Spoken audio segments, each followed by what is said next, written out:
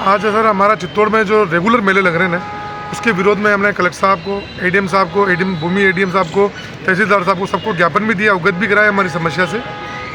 मेले से क्या समस्या आ रही है? व्यापार मेले से ये समस्या आ रही है सर, मेला एक कृषि भूमि में लगता है, उस भूमि का न तो कन्वर्सन है, न निर्माण स्वीकृति है और न ही उस भूमि का कोई बिल्डिंग बनी हुई है।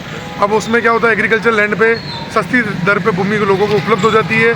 लोग बाहर के लोग चित्तौड़ से बाहर से आके सस्ती दरों में माल डुप्लीकेट माल बेच जाते हैं बिना जीएसटी के और लोकल व्यापारियों को इसका प्रभावित हो रहे से और लोकल व्यापारियों को नुकसान हो रहा है। इससे व्यापारियों में आक्रोश इससे, और इसको लेकर हमने पहले भी कलेक्टर साहब से, एडीएम मैडम से सबको अवगत कराया कि भाई हमारे व्यापारी मेले से नाराज़गी है कि शहर में लोग ऑलरेडी व्यापार कर रहे हैं, टैक्स दे रहे हैं, सब ने अपनी दुकानें निर्माण स्वीकृति अपनी बिल्डिंगें बना के धंधा कर रहे हैं और बाहर के व्यापारी यहाँ आके धंधा खींच के चले जाते हैं। इससे लोकल के व्यापारियों को परिवार इससे पीड़ित है और बेरोजगारी बढ़ रही है और लोकल व्यापारी प्रभावित हो रहा है। आपका ये मानना है कि वो विदाउट जीएसटी के जो माल बेच रहे हैं उससे आपको हानि पहुंच रही है और माल उनको उपभोक्ताओं को सस्ता मिल रहा है और सरकार को हानि हो रही है रेवेन्यू की?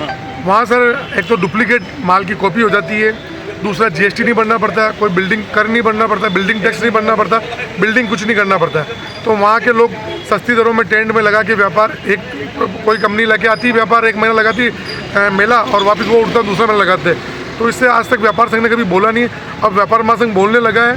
तो इससे लोगों को मतलब प्रशासन को भी मैसेज गया है कि मेला बंद करें और नहीं तो हमारे व्यापारी जो इससे पीड़ित है, प्रताड़ित है, तो इसको नुकसान जो हो रहा है व्यापार संघ इसका आंदोलन करेगा। इस प्रकार से मेले के विरोध में पहले भी व्यापार संघ ने कई ज्ञापन दे चुके हैं, लेकिन आज तक कोई ऐसी विधिक कार्रवाई सामने देखने में नहीं है। इसमें क्या कहना चाहेंगे? पूर्व में भी हमने जो ज्ञापन दिए थे, हम अधिकारी इस लोगों के साथ बैठे थे कलेक्टर साहब के नेतृत्व में, उपखंड अधिकारी बिनू जी देवल के मीटिंग में बैठे थे, मीडिया और सब हम बैठ के इसको तय किया था कि हर 3 माह में एक मेला आएगा। साल के 4 मेले कोई भी लगाए, 4 मेले लगेंगे, उससे ज़्यादा मेले की परमिशन नहीं दी जाएगी और लोकल बाजार प्रभावित नहीं होगा। लेकिन अभी वापस पता लगा है कि ये जो मेला हटा नहीं है और हटने से पहले दूसरे का सामान गिर गया है, उस वार्ता जो हुई है, लिखा पढ़ी भी हुई है, वो विफल हो गई। ये आपने जो बताया 4 मेले लगेंगे, इस प्रकार का समझौते का कोई मसौदा आपके पास मौजूद है या सिर्फ मौखिक रूप से? नहीं, ये सब चीज़ें लिखा पढ़ी हुई है, लेकिन डॉक्यूमेंट्री प्रशासन के पास है, हमारे पास नहीं। आगामी क्या रणनीति है, क्या कार्रवाई? आगामी रणनीति है, प्रशासन से आग्रह किया, निवेदन किया है कि आप मेले की, क्या न्यायालय में जाने की कोई सोच बनाई है आपने? हमने आज प्रतिलिपि की रिसिप्ट भी ली है, पहले प्रशासन से सहयोग मांगेंगे।